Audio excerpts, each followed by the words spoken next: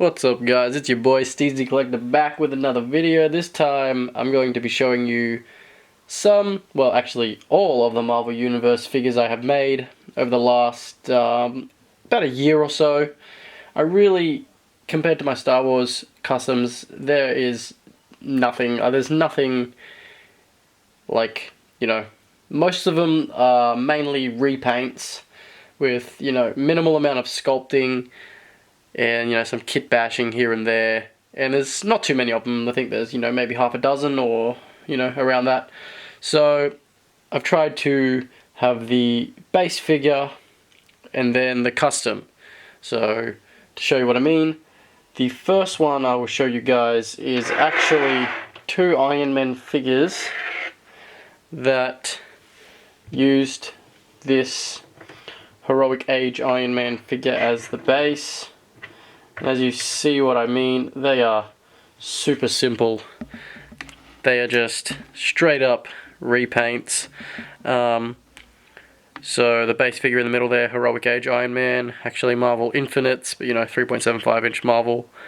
The one on the right has black where the yellow was or the gold was, and a more of a metallic red. The one on the left has silver where the gold was, and a black where there was red. So super simple repaint. But I had a whole bunch of these guys, so I decided, fuck it. Instead of trying to sell them or trade them, I just paint them up, and they look pretty cool all together on my Iron Man shelf. So that is the first Marvel Universe custom on this sort of, well, not really a list, but next, another super simple repaint. This was the base figure, World War Hulk, and this is probably the simplest figure on this list. Simply took another World War Hulk, and where he has the metallic stuff or the metal armor, I painted it a bright mithril silver. So on the arm, the shoulder, the little spots or the little bolts down the legs, here, hand, forehead. So just sort of made a clean version of him, and yeah, I dig him. He looks pretty cool. I do have 3 World War Hulks. I can't remember how I got the second one. I mean the third one.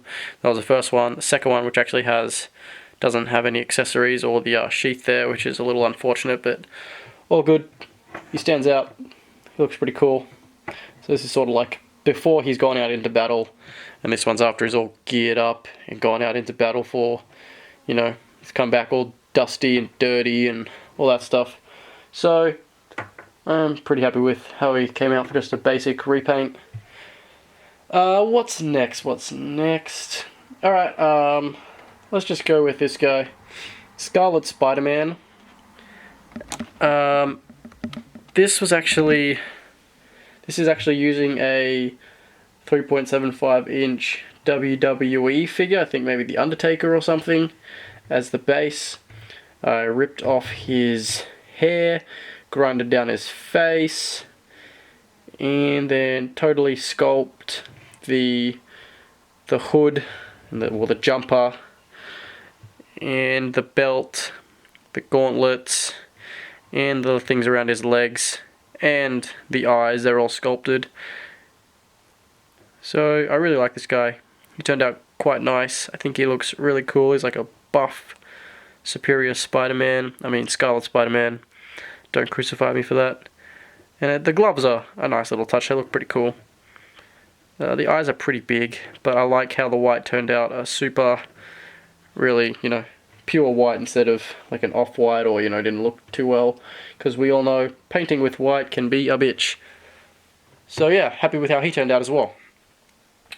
And then probably my favorite non-symbiote custom would be my Ronan the Accuser from the Guardians of the Galaxy movie.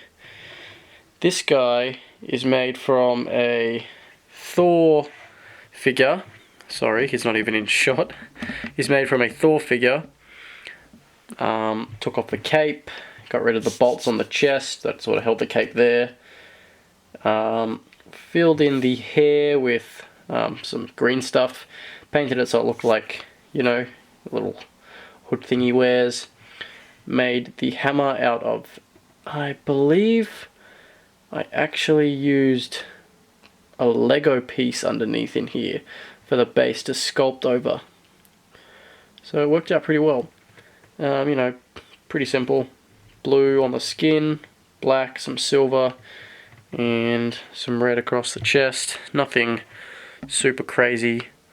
This guy actually, I entered into a custom contest and won based on votes, and I won a G.I. Joe figure out of it, so pretty cool. And now getting into my favorite customs. I use this Marvel Universe Rhino figure as a base for this big Venom here. This guy was an absolute bitch of a thing to paint. Painting white over black is just something I would like to avoid ever doing again. Sculpting all these little bits was cool. I sculpted them, let them sort of, you know, set up a few, like maybe paintbrushes I think I might have used, and just set them over it so they have a curve in them when they dry. When they dried, I cut the ends off at an angle so they would sit flush with the body, glued them on, painted them up, or painted them up first, I can't remember what I did. And yeah, got myself a Venom. Actually learned that technique off an amazing customizer and a good friend of mine, Ricky Hall. So he is the one that taught me about that technique. Maybe about a year ago or so we were talking about that, because he had made me but I had acquired a custom from him through a trade, which was a Anti-Venom, which there's a video on my channel somewhere you can check out. And I asked how he did that. I was like, man, that looks really fantastic. How did you do that? And he was like, this is how I did it. So I implemented that onto here. And yeah, looks pretty cool. I would like to get a different head sculpt for this guy. It looks too playful, too friendly. It looks like a bit like a Ninja Turtle, so would like to eventually get a different head for him. But I'm pretty proud with how the spider turned out. It's a little bit fat in the middle, but whatever. Happy with him. Looks cool, and I was so glad when I finally finished him. Alrighty. Next. Base figure. And the custom. So this is a Patrick Mulligan Toxin. So, pretty standard. Did the same sort of thing, the Ricky Hall things, a few times, only a few of them that is actually sticking up off the body. The rest are, sculpted onto it, but, sculpting on the forearms, sculpting around the torso, and then just a straight up repaint. But I am very happy with how this turned out. This is one of my favorite Marvel Universe customs that I have made, and I am chuffed with it. So yes, Patrick Mulligan Toxin. So that is sort of a comic accurate scale for him. And then I decided I have this Anti-Venom, which is my favorite Venom, or my favorite symbiote figure. I have this Venom as well. Both Hasbro figures. Oops, sorry, that's not in shot at all. Both Hasbro figures. I was thinking, it'd be super cool if I got another Venom and turned it into a Toxin. So that is exactly what I did. And I'm very happy with how he turned out. He is definitely my favorite Marvel Universe custom of mine. This is just straight up a repaint, no sculpting, but he looks really cool. I am happy with how he turned out. I probably say that about all my customs in this video, but this guy is really cool. I like all the detail in the sculpt, and I made sure I use a heavy wash to bring it out, like down the spine there. And what I especially like is the red lines down the hands here, which I tried to sculpt over some veins that are actually, no, I tried to paint over some veins that are sculpted into the mold. That's what I'm trying to say. And the black trim around the eyes really makes them pop. So I dig him a lot. So that is all of my Marvel Universe customs. Like I said, compared to my Star Wars, well, the amount of my Star Wars customs, there really isn't too much here.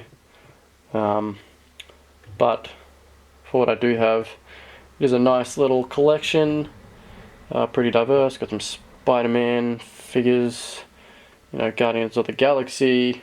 Got my Hulk, and have my Iron Man that are, just chilling out. Hey. So yeah, give me a thumbs up if you enjoyed, and I'll catch you in the next one. Peace!